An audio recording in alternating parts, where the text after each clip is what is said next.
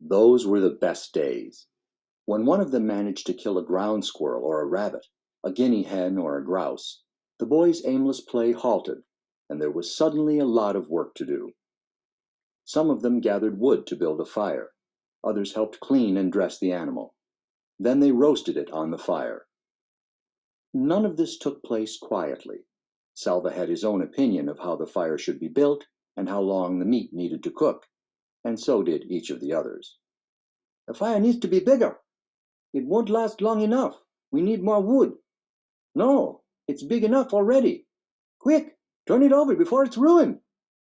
The juices dripped and sizzled. A delicious smell filled the air. Finally, they couldn't wait 1 second longer.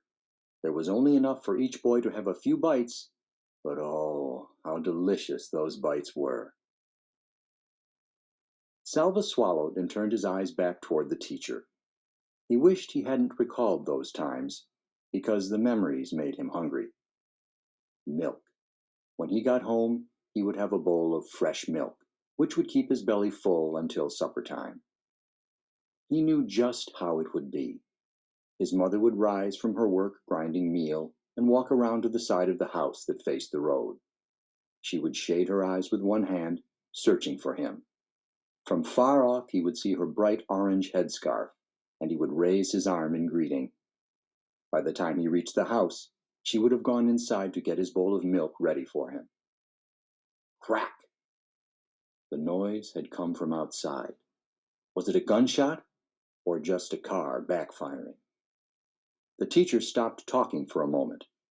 Every head in the room turned toward the window. Nothing. Silence. The teacher cleared his throat, which drew the boys' attention to the front of the room again. He continued the lesson from where he had left off. Then, crack! Pop, pop, crack! Ack, ack, ack, ack, ack, ack. Gunfire. "Everyone down!" the teacher shouted. Some of the boys moved at once, ducking their heads and hunching over. Others sat frozen, their eyes and mouths open wide. Salva covered his head with his hands and looked from side to side in panic. The teacher edged his way along the wall to the window. He took a quick peek outside.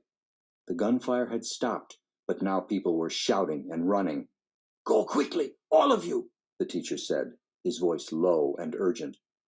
"Into the bush. Do you hear me? Not home. Don't run home. They will be going into the villages.